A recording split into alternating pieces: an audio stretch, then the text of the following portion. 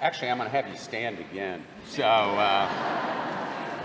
would like for all of you to rise, please. I'd like to introduce Ann Fuchs, who's Director of our Communications here for the Court of Appeals. She happens to also, for her second job, be the lead soprano for Indianapolis Opera, and so she's going to perform the national anthem. So, thank you, Ann.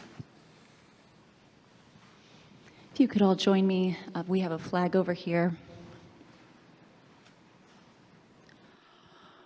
Oh, say, can you see by the dawn's early light what so proudly we hailed at the twilight's last gleaming, whose broad stripes and bright stars through the perilous fight o'er the ramparts we watched were so gallantly streaming, and the rockets' red glare, the bombs bursting in air, gave proof through the night that our flag was still there. Oh, say does that star-spangled banner yet wave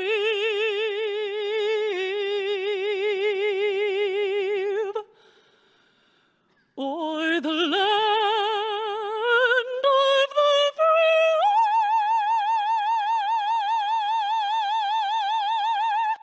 and the home of the brave?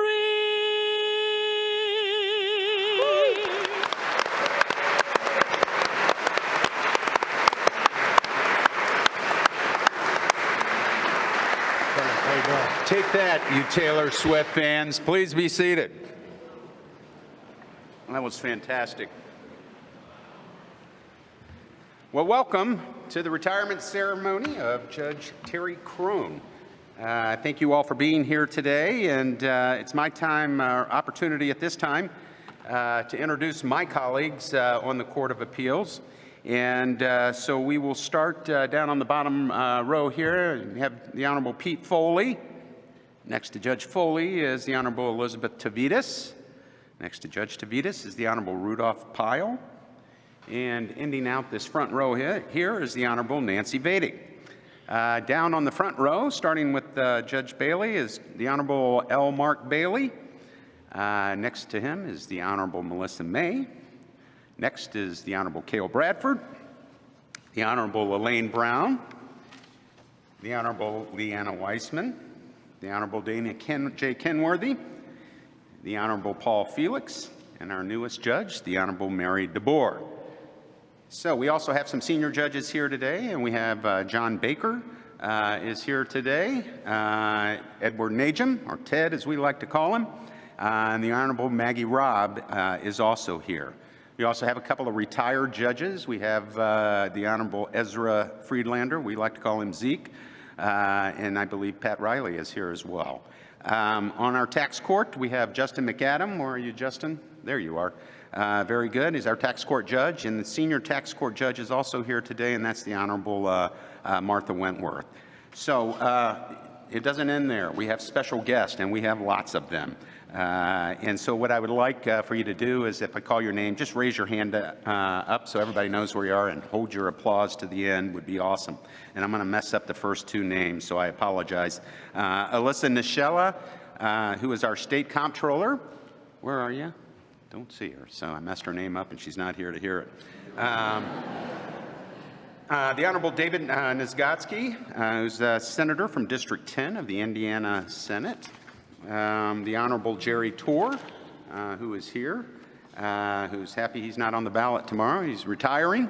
So we also have the Honorable John Bartlett, I don't know if John's here yet or not. Okay. Then we have some federally elected officials. The Honorable Joe Donnelly, our former United States Senator. State trial court judges that are here today. John Hanley from Marion Superior Court. Thank you, John. Honorable Tim Oakes from Marion Superior Court. The Honorable John Broden, who's judge in St. Joe Circuit Court. The Honorable Jenny Manier, who is also a judge in St. Joe Superior Court. Honorable Dan Moulter, who is the Newton Superior Court, and I understand is retiring soon. So where are you, Dan? There you are. So we got a couple of retired judges, Roland Chambly from St. Joe, and David Chaplot, pardon me for that, also at St. Joe. So from academia, we have the Honorable Karen Bravo, is the Dean of the IU Robert McKinney School of Law. We also have some other guests joining us. Ms. Sharon Jackson, who you will hear from here in a little bit. It's Deputy General Counsel for Governor Eric Holcomb. Jerry Bonnet, General Counsel for Indiana Secretary of State Diego Morales. Angela Sanchez, our Deputy Indiana Attorney General. Jennifer Thuma, who's Chief Counsel for Comptroller Elise Nishala. Amy Carrazos is with the State Public Defender. Justin Fortner, who is our Chief Administrator Office of the Office of Judicial Administration. We have Adrian Myring, who's the Executive Director of Indiana Supreme Court Disciplinary Commission. Catherine Pulley, Executive Director of the Indiana Offices of Court Services. Mr. Greg Packmeyer is the Clerk of the Appellate Courts. Heather Falks, General Counsel, Indiana Supreme Court. Lee Christie, who's a member of our Judicial Nominating Commission. Jerry Garrell is with the Indiana Trial Lawyers Association. Michael Gisotti, President of the Indiana State Bar Association. Julie Armstrong, President of the Indianapolis Bar Association. And lastly, Larry Morris, who is the Administrator of the Court of Appeals. So thank you. It's my opportunity at this time to introduce the Honorable Loretta Rush, Chief Justice of the Indiana Supreme Court, and she's going to introduce members of her court. Thank you, Chief Judge Altice. Well, I'm going to start. Our court is not unanimous. 60%. We're unanimous about 60% of the time, but we are unanimous in our deep respect for the outstanding legacy of work of Terry Crone. So, Terry, thank you. As I introduce each of my colleagues, I want to share just a brief statement from each of them that they individually gave me on their admiration for Judge Crone. From Justice Mark Massa. Judge Crone has been a wonderful companion on the golf course, raconteur, and above all, a fantastic appellate jurist, writing wise and powerful opinions. Justice Jeffrey Slaughter. With Judge Crone's retirement, the appellate bench loses a judge with enormous talent and experience and whose opinions are always well-written and well-reasoned. Justice Christopher Goff. I appreciate Judge Crone's courage. I think he did what he thought was right, and he spoke up when he saw something wasn't. Justice Derek Moulter. Judge Crone likes to call Cale Bradford the golden retriever of the Court of Appeals. I think of Terry as the court's chicken pot pie. Crusty on the outside, warm, flavorful, full of surprises on the inside.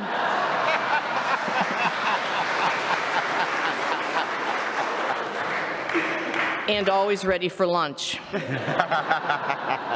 I thoroughly enjoyed my time working with him and learning from him. So on behalf of the Indiana Supreme Court, Terry, thank you. I'd also like to introduce two of my former colleagues that are here today, the Honorable Brent Dixon, who's here with his lovely wife, Jan, and the Honorable Stephen David. Welcome, fellows. Thank you, Chief. So it's my opportunity at this time to introduce our speakers here today.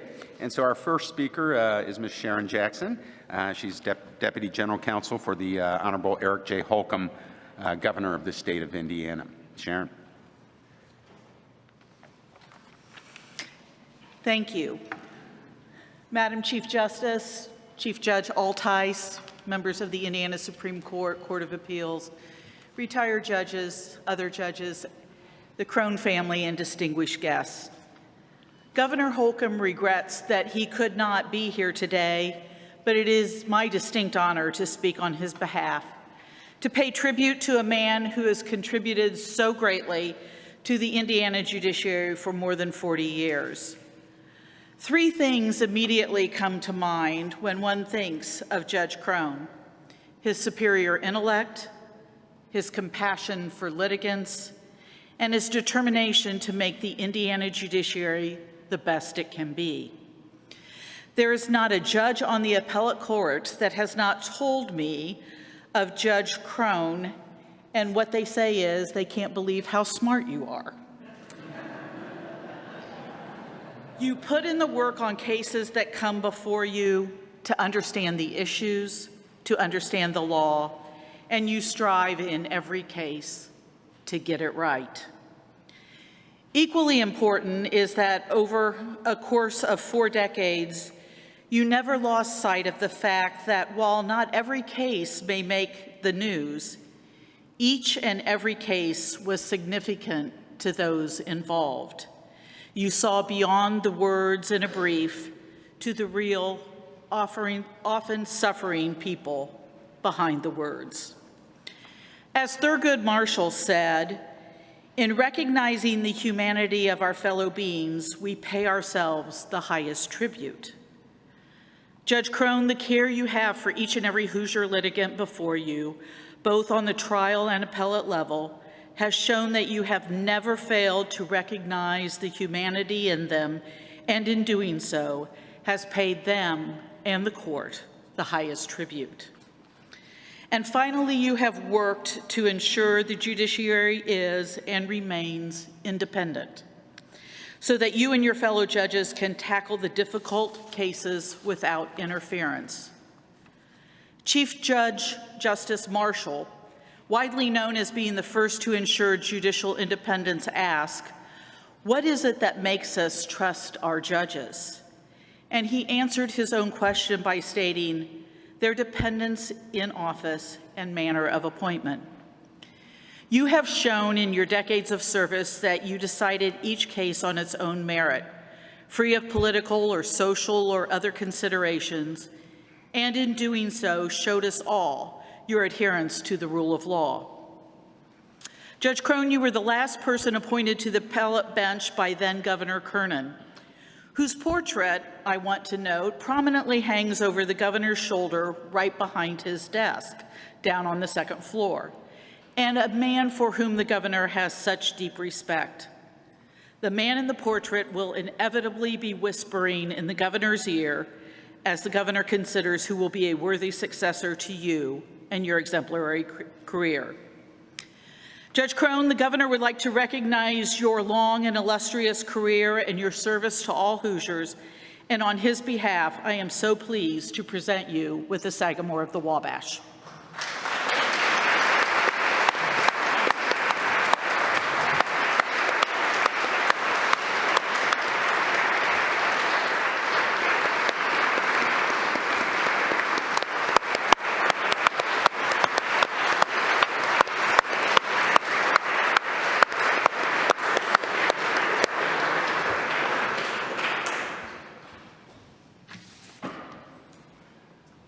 Thank you, Sharon. Next, we will hear from our colleague, the Honorable Cale Bradford.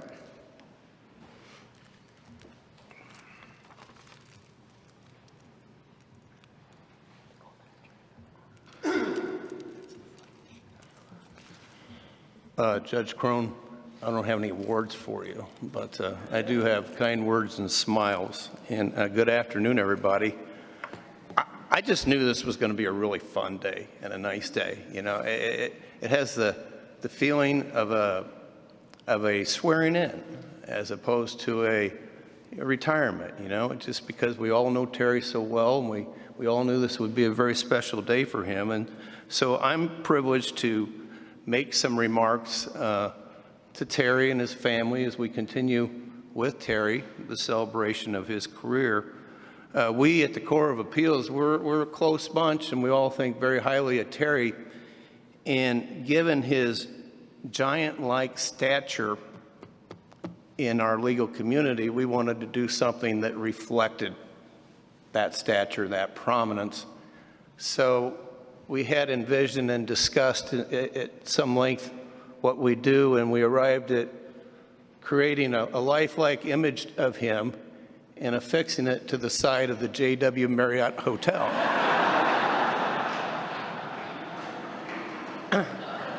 Now, I don't know if many of you cast a glance that way on your way in this afternoon, but that space has been occupied all weekend long, and we thought about reaching out, but you know, those Swifties can be they're very vigilant.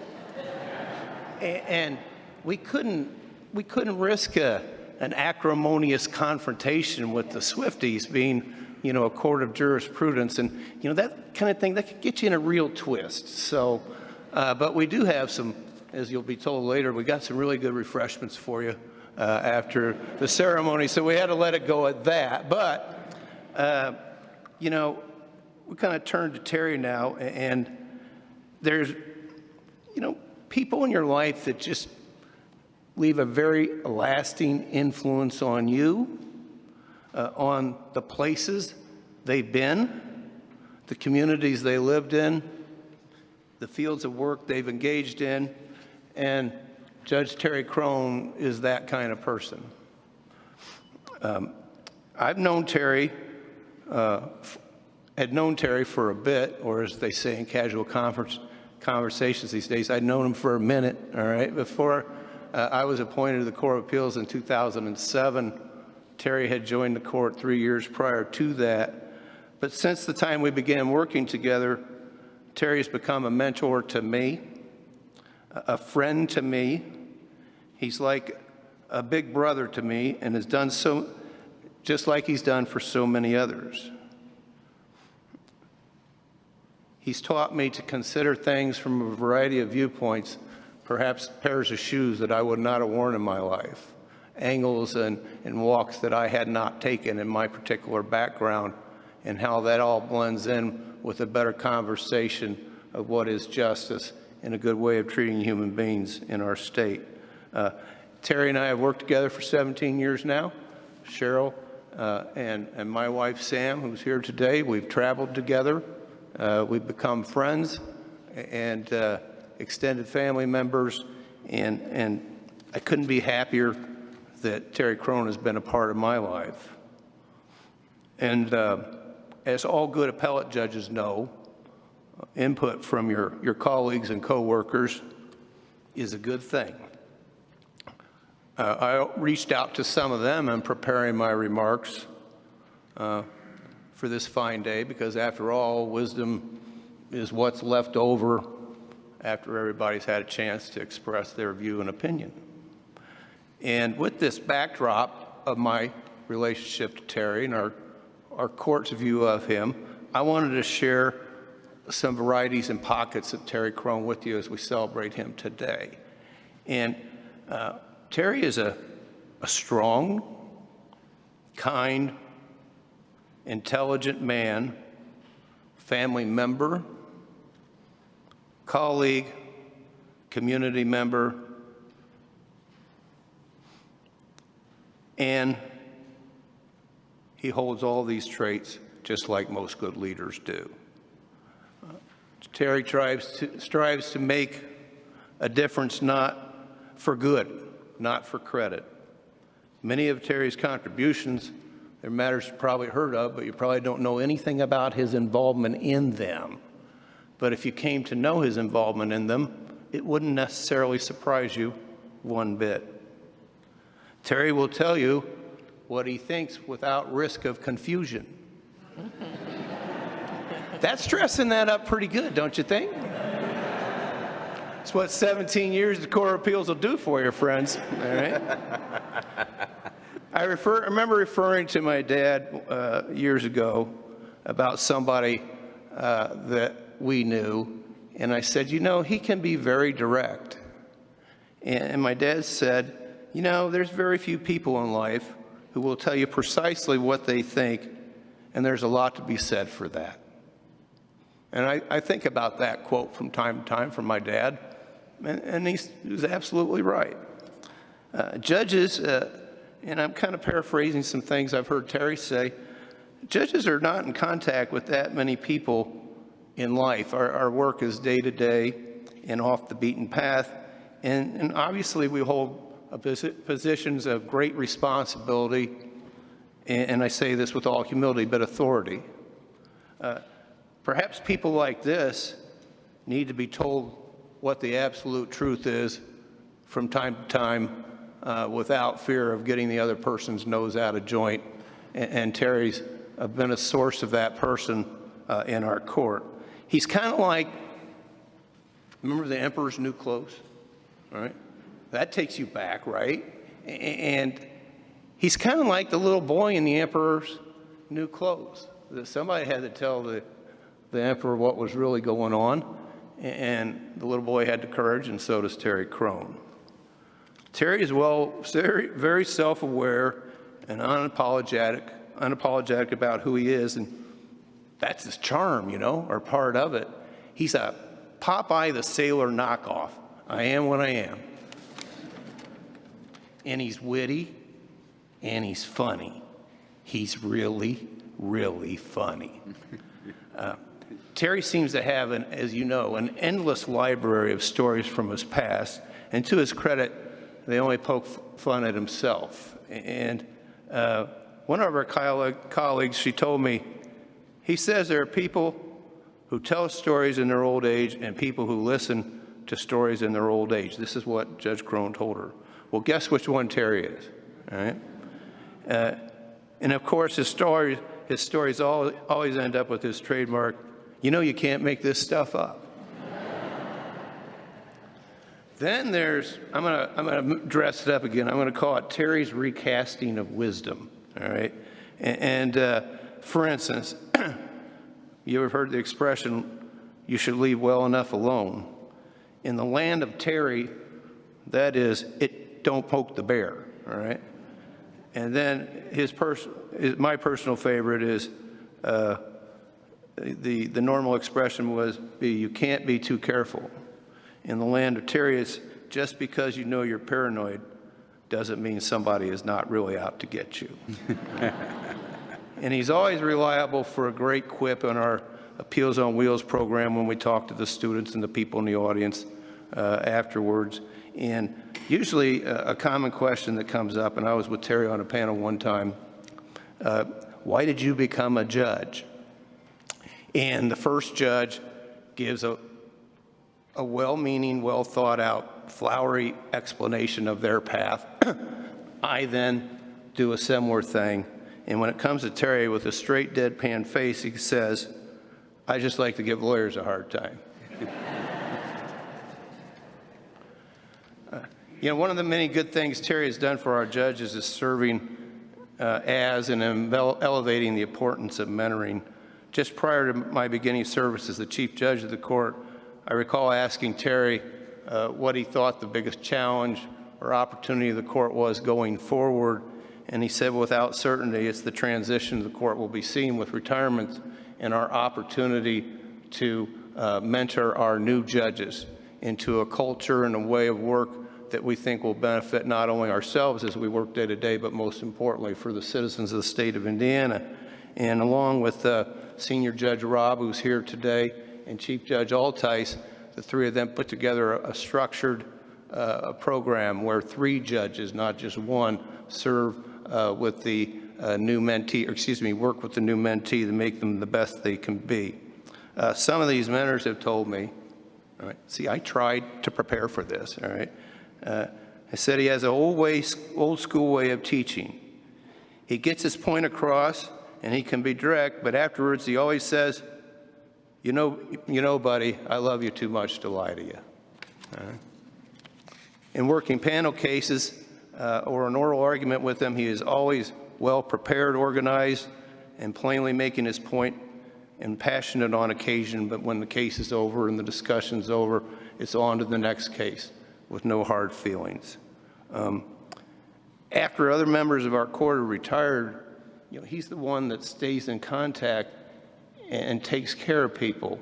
One of our judges, after he left the court, lived for a very long time, and Judge Crone was always very, very intent and followed through on going to visit this person right up until the time of their death that lived in another part of the state. So he knew that he was still relevant to our court, all right, and that he mattered to us and judges. And I know of one other judge, at least outside our court, that he did the same thing for.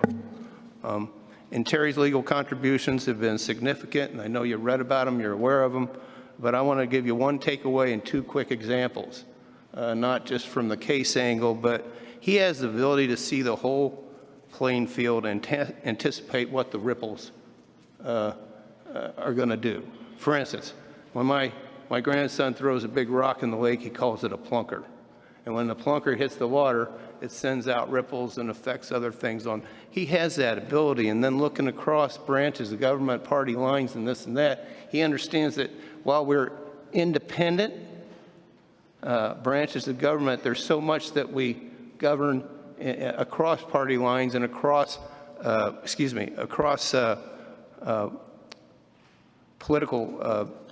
legislative separation of branches of government, so much we do together, all right? And two examples are this.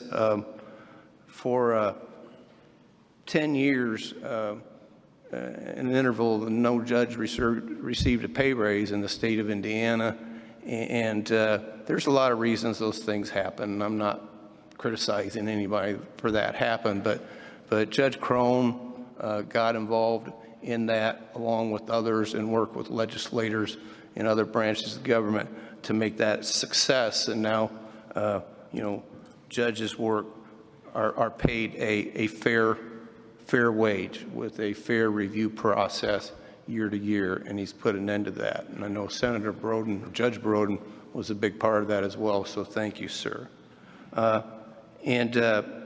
It used to be, when I first started on the court, there was a lot of concern that nobody knew anything about the appellate judges, and there were even legislation introduced to try and change the method of selecting all appellate judges. Judge Crone, another judge of our court, worked with the Indiana legislature to create what was then taken over by the Supreme Court to run, and it's ironic that I mentioned this today, but it's the judicial retention website. So you can go to that website and see all you want to know about that judge, all what the recommendations are, watch that judge's oral arguments, and read every one of that judge's cases that they've written or voted on during their time here. So let's go to something I know that you all know about, but Terry Crone is a friend. I'm sure each of you have your personal stories with Terry Crone as a friend, and here's how I'd like to sum it up. Terry is a steadfast and wonderful friend. He helps guide a person to and to celebrate the good moments and accomplishments in their life. And when necessary, he will tell you the truth with, I'm going to call it, unvarnished veracity, all right? But he's the best kind of friend in another way. Not just there for the good moments, but most importantly for the difficult moments and challenges in your life. And he's been that kind of friend to me, and I'm sure he has to you as well. But when it gets really tough, Terry's there to help you and to lead you out of this abyss of emotion or period in your life. All these things are so wonderful, but it pales, I guess, in comparison to the thing that is most dear and is the greatest source of joy and pride in his life, his family. His parents were both professional and community leaders, strong individuals, just like Terry, and their influence on Terry is quite frankly undeniable. And he was a good and attentive son to his parents, because as they aged, I was around Terry, and you that are his family, you know that as well. And he was a very good grandson, too, by the way, because his grandmother she lived to be over 100? Right at 100. Okay. And he would go and visit her, and I would hear the stories and this and that. And by the way, I bet all you Crone grandkids are good little grandkids, too. I can just tell. You come by it naturally, all right? Raise your hand if you're one of Judge Crone's grandkids. See, okay, all right. Most of the hands went up anyways. and he's a doggone good nephew, too. All right? I know he helps take care of his aunt. Uncle Terry, you're here? There's Uncle Terry. All right? He's a good nephew. Yeah, he is. All right? And his daughters, Katie, Jennifer, Shelley, he's immensely proud of the three of you. I'm sure you know that, but let's just hear it one more time. And one of his colleagues, she describes him as a fierce girl dad. And she's heard Judge Crone boast that I'm the biggest feminist in the world.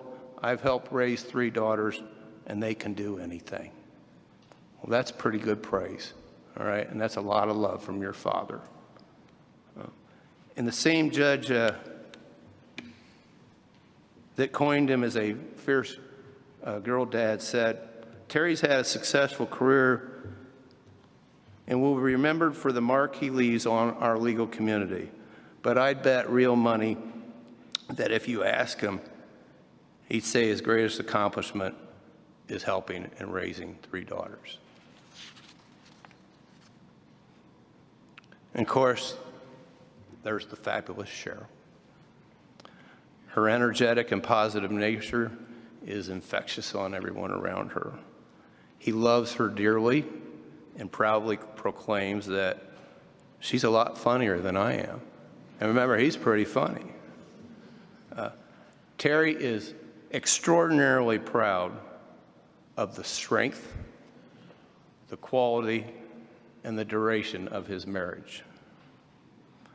They've raised a family and started new chapters of their life, and careers, and moves to other city. When he joined the Court of Appeals, they moved here, restarted a new life in this community.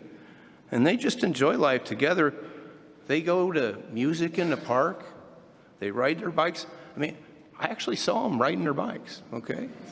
and joining family and friends together and traveling places. They do all that. I guess that's what makes a successful marriage. Terry, along with some of the other judges, this kind of sums it up too, I guess. A few of the other judges, we went to lunch just last week. So I was asking him, how long have you and Cheryl been married? And he said 51 years, very proudly.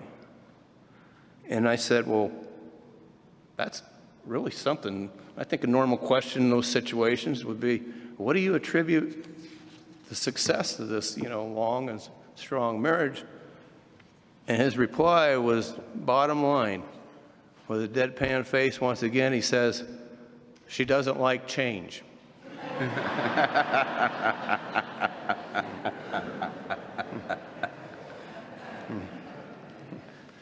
Well, Judge Crone, you'll like retirement. As I understand it, the retirees, they really enjoy getting up every day and not having anything they have to do. I'm told that they'll do that 3 or 4 times a day and call it a nap because they like that feeling of getting up and not having anything to do. And all these wonderful projects that you never had a chance to get around to do them because you were working, well, you can still not do them now, right? And for the rest of us, all the rest of us, we still get to be a part of Terry Crone's life. And I don't care who you are, that's a pretty good deal. Welcome to your future, Terry.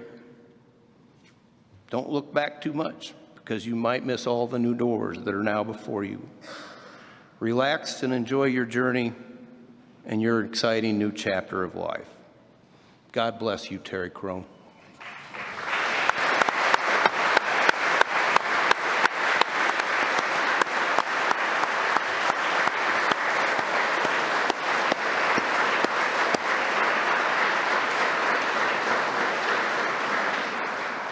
Thank you, Cale, very much. Our next speaker is Richard Nussbaum II. He's a partner at Sopko Nussbaum Inevet Kazmarek, former president, Notre Dame Alumni Association, member Notre Dame Board of Trustees, and most importantly is a law school classmate of Terry Crone. So, Dick.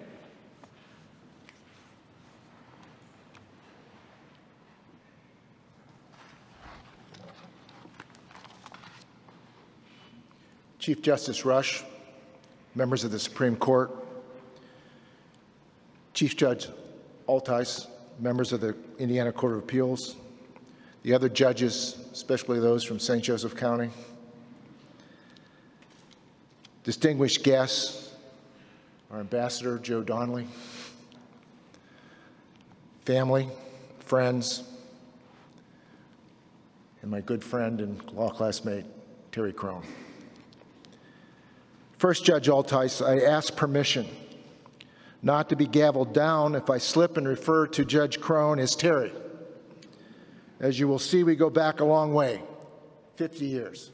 Not 51, but 50. I'm deeply honored to have been asked by Judge Crone, to make some remarks at this ceremony celebrating his distinguished career. Generally, at times like these, a speaker will come up with an appropriate quotation to set the stage. So I dug down deep and decided to rely upon the great Hall of Fame philosopher and Yankee catcher, Yogi Berra, who said, "It's deja vu all over again." 47 years ago, in this very room, Terry and I began our legal careers by taking our oaths and being formally admitted to the Indiana Bar. Like me, he was here with his family, who had every confidence his career would be noteworthy.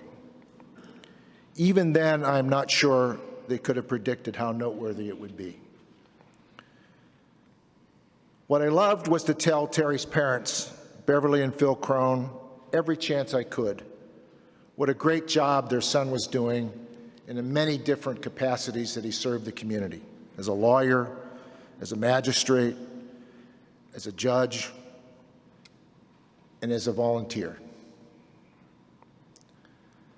The look and the pride on their faces was priceless.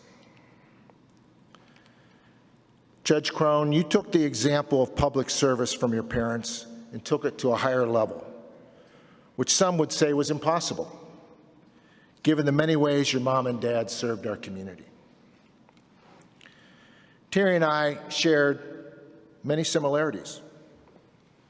We both outkicked our coverage in the marital area. My wife of 48 years, not 51, 48, Mary Pat's here with me. I wouldn't be up here today if it wasn't for her. And I appreciate all you've done for me and appreciate the honor you've given me, Terry, to be able to speak here today.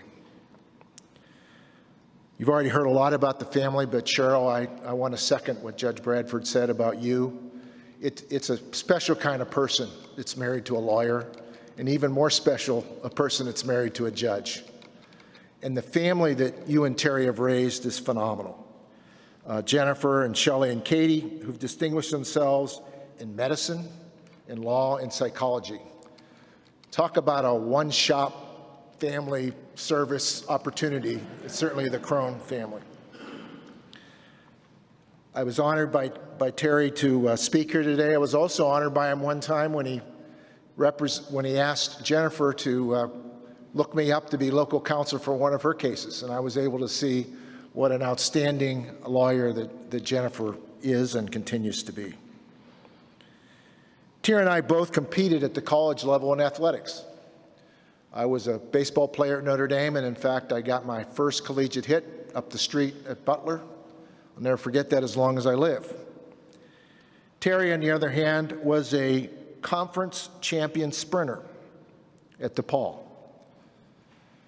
However, his career was tragically ended by what Judge Crone told the DePaul Alumni Magazine, "I got in a fist fight and broke my hand." Even then, he used that experience to better understand the workings of the Putnam County Sheriff's Office. We shared mentors, two in particular.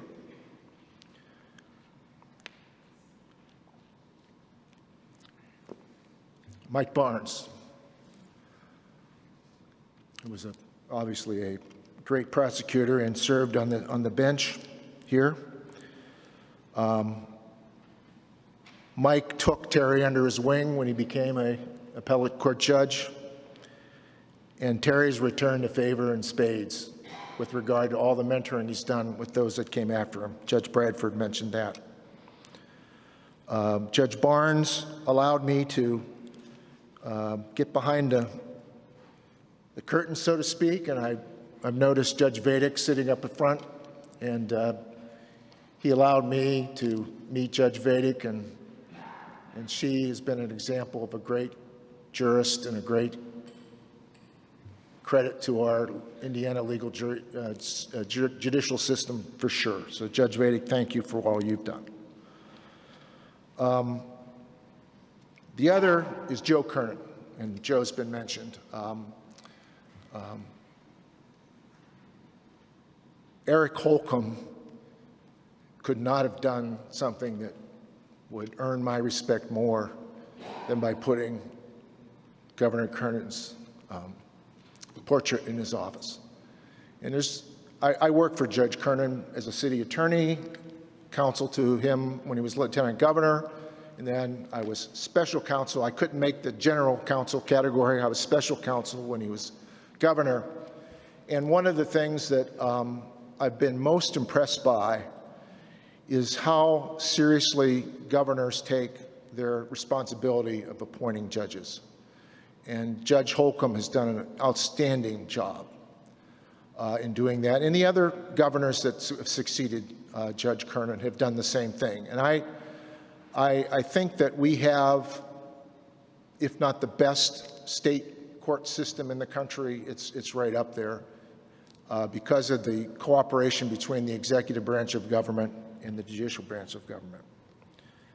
I really wish that Governor Kernan could be here today. Because first of all, he would speak lovingly and respectfully about you, Judge Crone. He was a big fan of yours. But he would also have taken the opportunity to opine on who the greatest and best college football team is this year in the state of Indiana.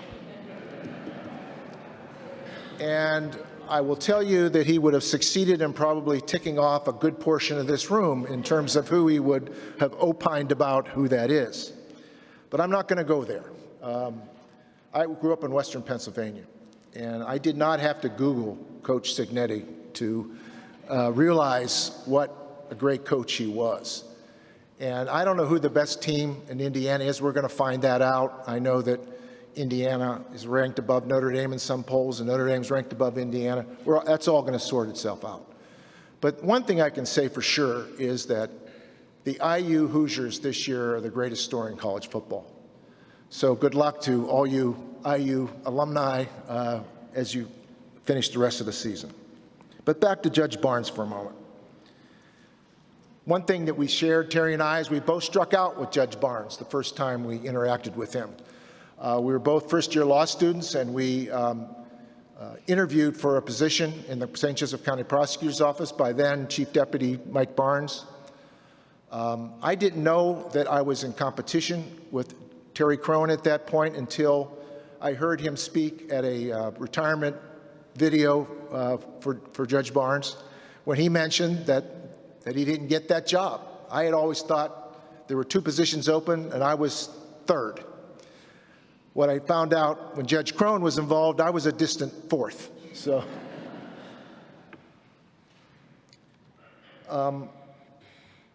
after graduation from Notre Dame Law School, Terry morphed toward county government and the bench.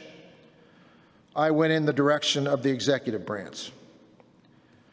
Those paths crossed again in this very room when Joe Kernan took the oath of office to become governor of the state of Indiana.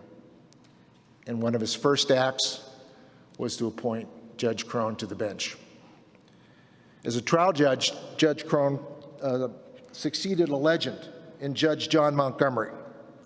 And many in the bar watched with great interest how he could possibly escape from Judge Montgomery's shadow. It was mentioned that there was a large picture up on the J.W. Marriott of a very famous person in our country. The St. Joseph County Bar Association did not do Judge Crone any favors because they put the largest portrait in the history of portraits in St. Joseph County of Judge Montgomery in the St. Joseph courtroom so that Judge Crone could look at that every day when he was on the bench. But the fact of the matter is, he was outstanding on the circuit court. His judicial demeanor, temperament, and rulings were always top-notch, just as they have been in the appellate court.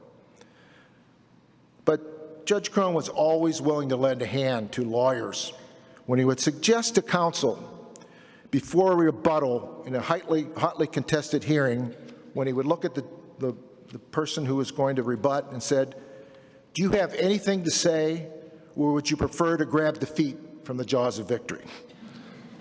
That would shut down the argument at that point. And it was already mentioned by Judge Bradford how he has leveraged his political powers in terms of when he was on the St. Joseph Circuit Court and later when he was on the Court of Appeals. He appointed the first African-American woman to serve on the Judicial Nominating Commission in St. Joseph County. And our bench was highly served by Gladys Muhammad in her service on the Judicial Commission. And as Judge Bradford said, he understood the legislative process backwards and forwards, which allowed Indiana judges to become paid in the commensurate way they should be, instead of being at the tail end of our country. And as a result, judicial quality has improved, has been sustained, and as I mentioned before, we have a state where justice is done and our inalienable rights are protected. Chief Judge Altice is quoted by the Indiana lawyers saying, "Judge Crone is one of the smartest people I've ever met, by far." There would be a lot of concurring opinions to that opinion. So in conclusion, I recently read a quote from Charles Dickens: "If there were not bad people, there would be no good lawyers." Now, the fact that I had not heard or read that quote before puts me in the amino category, English major in name only. At the risk of overstepping, I want to build upon Dickens. If there were not great lawyers, there would not be great judges. If there were not great judges, we would not have the Hoosier state we all love and cherish.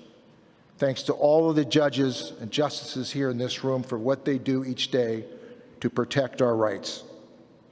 And thank you, my dear friend Terry Crone, for being a guiding light to all lawyers and judges, and finishing your championship sprint, despite a broken hand or not,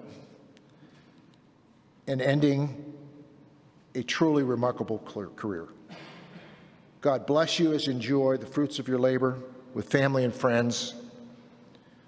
Go Irish, go Hoosiers.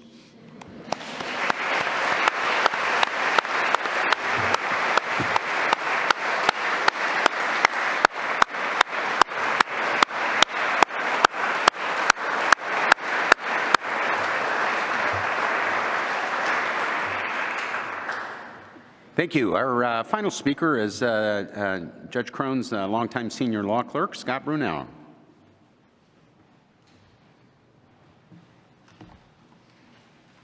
Chief Justice Rush, Chief Judge Altice, members of the Supreme Court and the Court of Appeals, honored guests, friends, and family.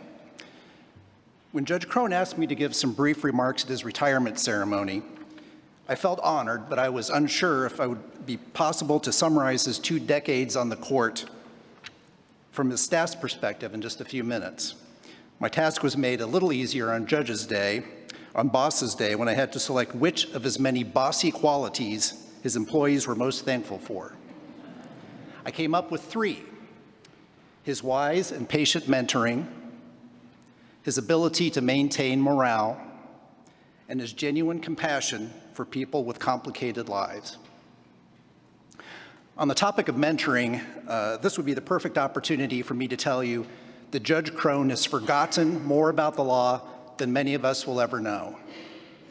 But those of us who have worked for him and with him know very well that he hasn't forgotten anything. Judge Crone is a human Westlaw with a heart, and he edited many draft memos with suggestions to look at a recent case about such and such, or an older opinion by Judge so-and-so that did a better job of resolving the issue at hand. Judge Crone told us many times that law should make sense, and if applying existing law to the facts of a case would lead to an unjust result, then the law should be changed. As the judges and justices in this room are well aware, Judge Crone has never been shy about advocating for change when he believes that change is needed. The judge also told us, maybe jokingly, maybe not, that each of us could commit only one mistake per year. Because Judge's reputation was on the line with each opinion he wrote, Team Crone always strove for perfection. And thanks to his eagle-eyed and detail-oriented administrative assistant, Wendy Lane, we often came close to reaching that goal. But on those rare occasions when an error did manage to slip through, Judge would graciously remind us that all humans make mistakes, and that one of the perks of his job was the ability to fix most of them after the fact.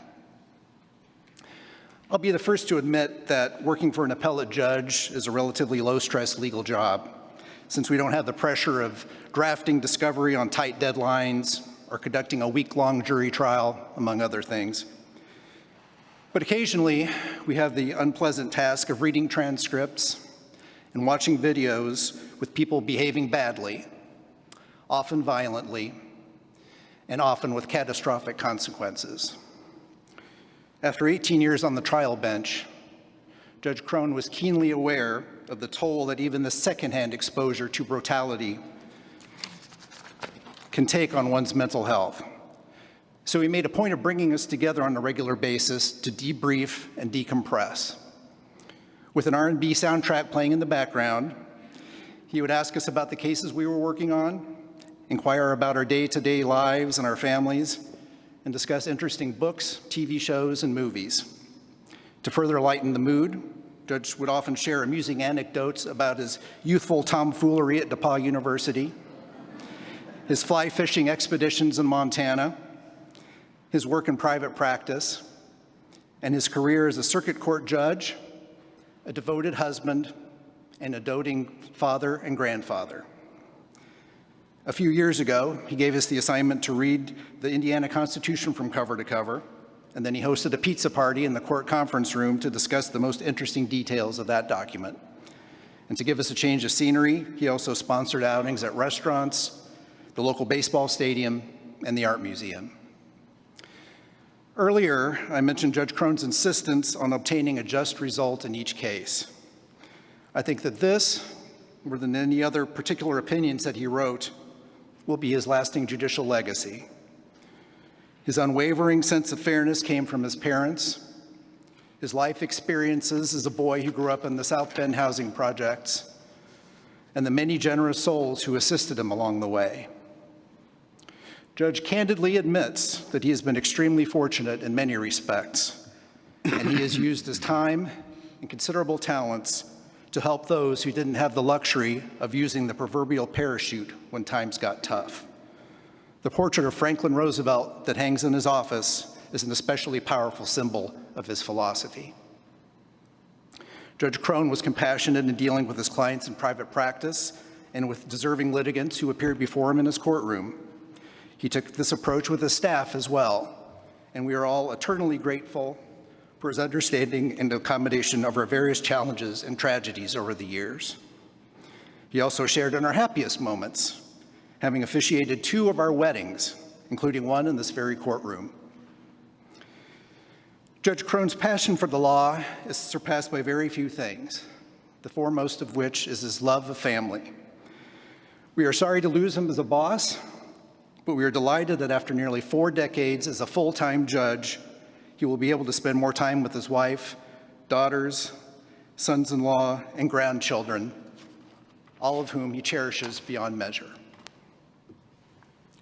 When one of his colleagues retired a few years back, Judge Crone was the main culprit in obtaining a giant pig statue with the Court of Appeals logo for the Retirees Art Collection. We can't hope to compete with that act of generosity. No pig. But knowing that family comes first for Judge Crone, we have made a donation to the Beverly D. Crone Restoration Area in South Bend as a small token of our esteem and our gratitude for his many years of service on the court. It has truly been an honor and a privilege to work for you, Judge. Best wishes on your new career as a senior judge, and please take your time cleaning out your desk.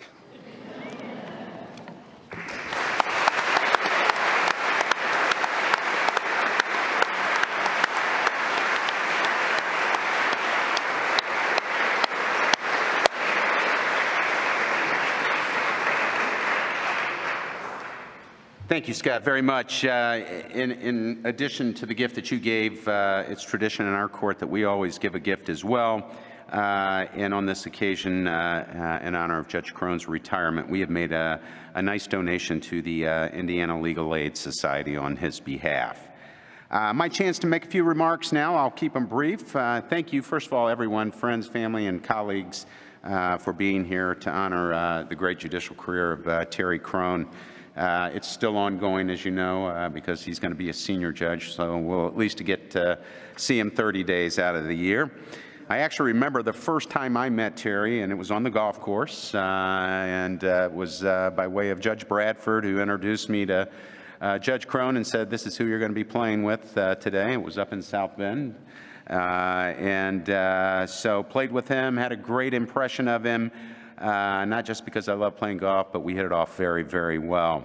I think our second time on the golf course was with my wife, Chris, who's with us today, and we were getting to know Terry a little bit better. Chris asked Terry what he liked to do, what he did in college, and he said, "Well, I used to teach bridge to a lot of people in college."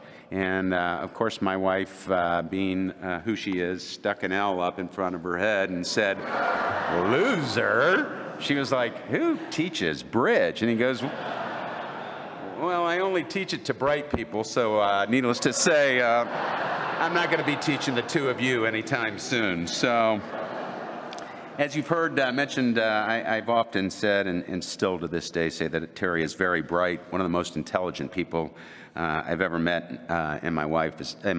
As I like to say, he's off the charts smart. He's also a brilliant raconteur. I know I screw that word up every time, but I got to see in French. Anyway, he's just the best storyteller you will ever meet in your life. And the only thing that saddens me about this today is I'm not allowed, he's already told me I can't retell any of his stories because, heaven forbid, his wife and children and grandkids are here. So I'll tell you later on when he's not around. Some say that Terry's somewhat gruff, and I think if you've heard, beneath that gruff appearance is one of the most kind-hearted human beings you're ever going to meet. He's a salt-of-the-earth guy, came from really humble beginnings in South Bend, and he knows that life can be taught and tough, and be taught through those tough experiences. He's didn't grow up with a silver spoon in his mouth. First time Chris and I had him, he and Cheryl over to our house, we thought it'd be nice to get some sushi, and we put that out on the coffee table, and he just looked at me and he was like, "I'm not eating that." He goes, "We're simple people, Bob. We're just simple people." So no sushi for Terry. So Terry left a lot behind in South Bend to come here to Indianapolis. He was, as we all know, a giant in that community. Loved his Notre Dame football. And he gave a lot up to come here to Indianapolis and share his gifts with all of us. And we're also very, very thankful that he did so. So Terry, we're all very happy for you as you close this chapter and open a new one. I certainly cherish our friendship and look forward to seeing you on the golf course sometime very soon. Thank you.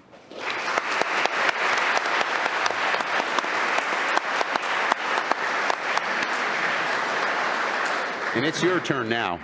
Okay. First of all, I want to say thank you to Ann. It was just magnificent. I heard her sing one time, and I said, "Would you please do this at my retirement ceremony?" And she agreed. It was just spectacular. Thank you to all the speakers for the kind things that they had to say. Thank you all for being here. I look out and it's a who's who of local lawyers. It's a who's who of folks from South Bend. The St. Joe County Bar had a function for me a couple weeks ago up there, and so it's a long way to come down. I appreciate those that did make it down. I want to keep this short. If it runs much longer, it's going to be like a federal retirement ceremony. The legal folks know what I'm talking about. I've been incredibly lucky, as you've heard, and I want to express my appreciation for that. Like most of you in this room, I won the genetic lottery. I didn't have anything to do with that. I didn't deserve what I was given genetically, and I've always tried to remember that. I was very lucky to have the parents that I did. You've heard a lot about them. As Bob said, I like to tell stories, so I'm going to tell you a quick story. When my friend Joe Donnelly, former congressman, U.S. Senator, was appointed ambassador to the Vatican, I sent Joe a text congratulating him on his appointment. He immediately responded, and this is what he responded. None of this ever would have happened if your mom and dad hadn't given me a chance early on. I was one of their team and really proud of that. Phil was made of steel, and your mother was smarter than everyone else. So I think that tells you everything you need to know about my mom.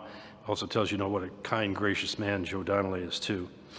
30-some years ago, when I was the circuit court judge, I was approached by the Jewish Federation of St. Joe County, and they wanted to know if I would go with them over to the commissioner's office and ask for permission to use the outdoor plaza next to the courthouse.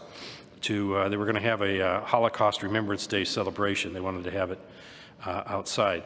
And so I said, of course I'll help. And when I talked to him, it turned out that it was going to be the end of April or the 1st of May. And I said, the weather's really bad in South Bend that time of year. What are you exactly planning on doing? They said, well, we're going to read the names of people. Everybody worldwide reads all 6 million names. And so we're going to have a speaker at noon, and we're going to read names for about 5 or 6 hours. And I said, well, why don't we do it in my courtroom?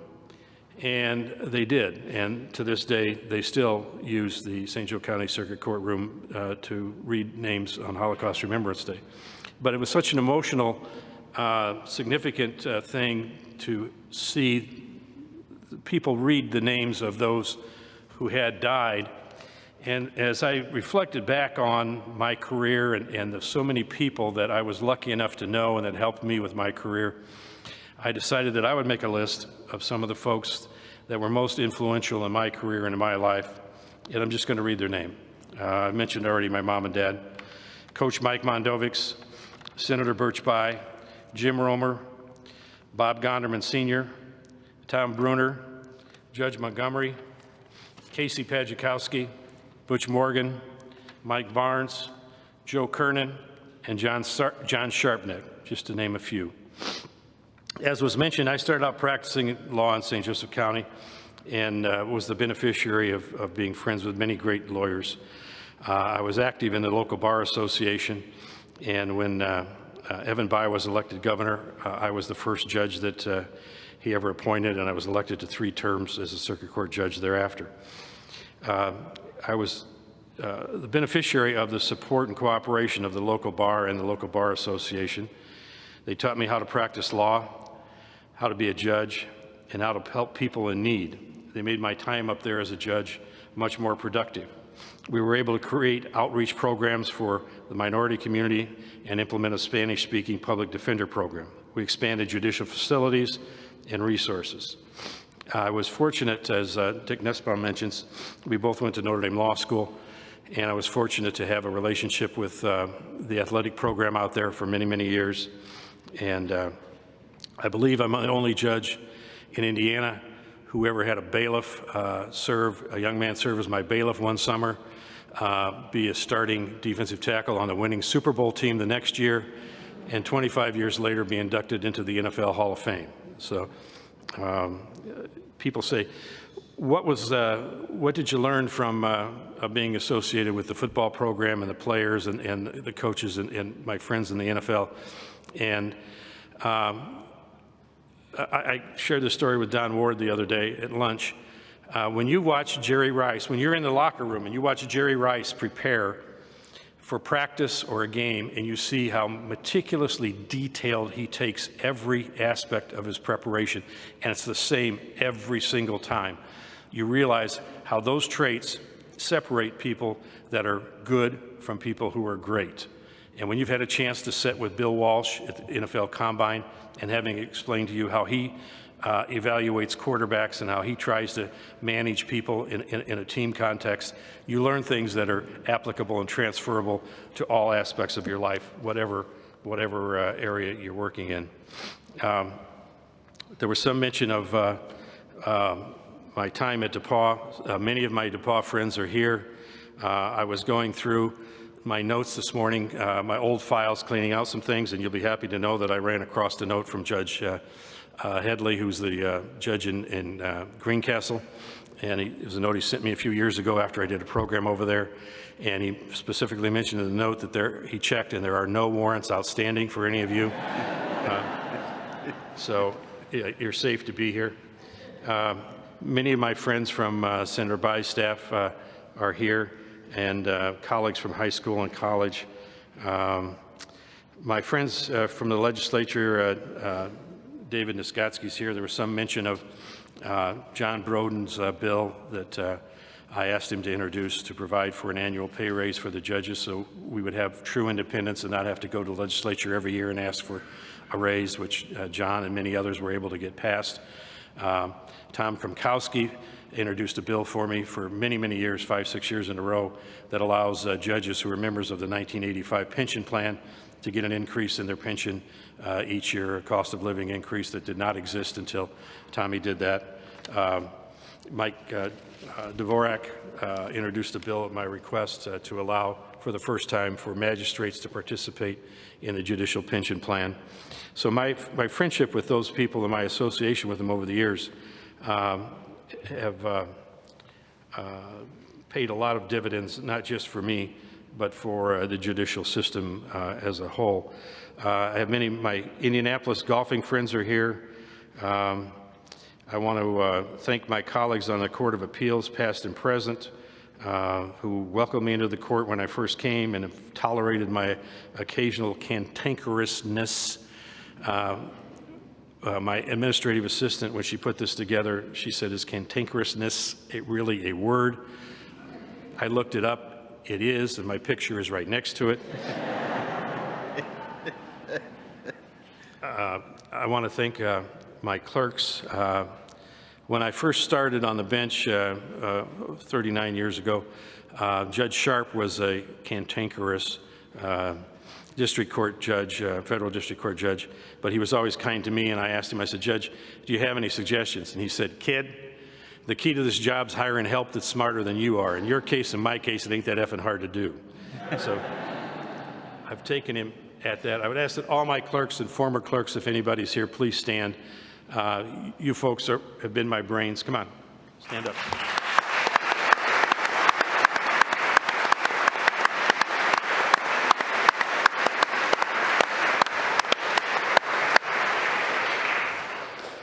As you've guessed, I've veered off on my own direction to express an opinion that wasn't necessarily a majority opinion on occasion. Scott, God bless him, has been my Sancho Panza to my Don Quixote on all those occasions. Wendy Lane, who was mentioned earlier, has been my Radar O'Reilly to my Colonel Blake. I want to thank my friends on the Supreme Court who tolerated my outspokenness and given consideration to my opinions. I have great communication with them. Just this morning, I received an email that you've granted transfer on a case that I was on the panel of that you're taking exception to. So it would have been nice if you could have waited one more day until I was gone. I didn't write it. I did agree with it, but I pulled it up real quick. I read it. I don't see how in the world you can possibly reverse it, but I'm sure you will. I want to single out among the Supreme Court, and everybody's been very gracious and kind to me, Justice Shepard and Justice Rush. They were transformational. When I started as a trial judge, there were about 6 people that worked in the Supreme Court Administration Office. Now there's probably 300. Chief Justice Shepard created this infrastructure that provides tremendous help to the trial judges that did not exist before. That was transformational. Chief Justice Rush has taken that organization and that infrastructure, and she's personalized it. I think she could probably name every trial judge in the state of Indiana by name, but she has involved them in the operation of the judicial system in a way that had never existed before, and I appreciate that. I think it's very important. Last but far from least, my family. I want to acknowledge my brother is here from Virginia, my uncle. I've got a nephew. My 3 daughters, as everybody mentioned. My 3 daughters are all smarter than me. They're all better people than I am, and thank goodness they look like their mother. I have 3 wonderful son-in-laws, 2 of which are here today. One is not unable to be here because of business, and they are magnificent people who do wonderful things and help people. I have 5 grandkids who keep me honest and humble, and they're the physical embodiment of my hopes and dreams, and the reason I am optimistic about the future. So thank you for all you do for me. I've been lucky to be able to do the work I enjoy because of the intellectual stimulation it provides, and also to be in a position to make decisions that I believe were helpful to people, whether on a micro or a more systemic basis. I have a relatively simple judicial philosophy. The law is supposed to help people, not just some people, but all people. And to do so, it should be reflective of and responsible to all segments of society. Justice is not just a result, it's also a process. You need to have a just result, but you also need to have a just process. It works better when people believe that that's the case, that the process is fair as well as the result is fair. Now, they've made allusions to my liking to tell stories, so I'm going to finish by telling one story. And all my stories are true. I was doing a particularly contentious divorce when I was a trial judge. A young couple had several $1 million. They fought like cats and dogs. They had 2 small children. They were fighting over the custody of the 2 children. The wife put her evidence on first. The husband put his evidence on. And after they testified, the husband called a private investigator who he had hired to investigate the wife. And he testified about following her around and what he saw and what he found and so on. It wasn't anything particularly interesting or important. But when I turned it over to the wife's lawyer for cross-examination, he stood up and he said, Mr. whatever his name was, Smith, did Mr. Cochran hire you to investigate anyone else? And he said, yes, he did. And he said, and who was that? And the private investigator said, Judge Crone. And there was a little pause, and I'm thinking, ooh, boy. But the lawyer was an experienced lawyer, and so I tried not to let anything show. And he said, and did you investigate Judge Crone? And the private investigator said, yes. And he said, and what did you find? And he said, tough but fair. I immediately said, you're excused, you may step down. So, and I didn't mention my wife. I can't believe I skipped right over that in talking about the family. I'm so sorry. Because you're magnificent, as everybody said. You're kind, you're sweet, you're totally responsible for the children we have. You raised them. They reflect your values and your kindness and your sweetness and your love. I could not have done this without you. I don't read real well anymore, even with the reading glasses. So, Sharon, if there's anybody in this room that deserves a Sagamore of the Wabash, it's Cheryl. So for putting up with me for all those years.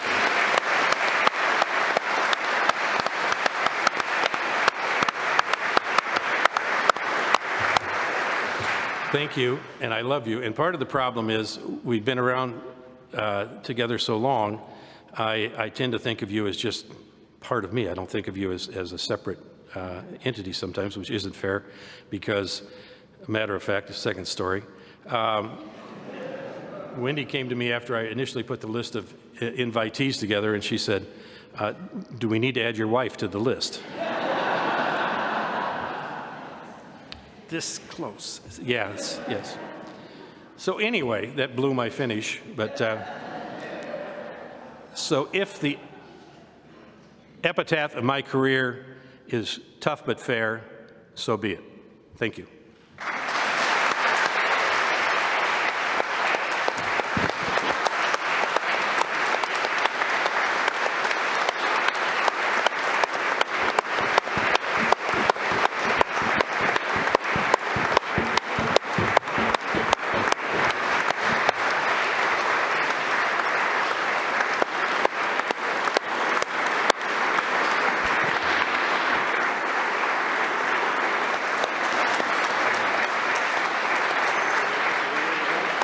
Hold on, I gotta bang this out of here.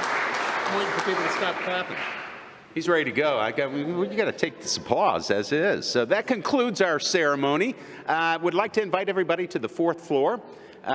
So you got to go up one where we've got a really nice reception. Look forward to seeing everyone up there. So, bailiff.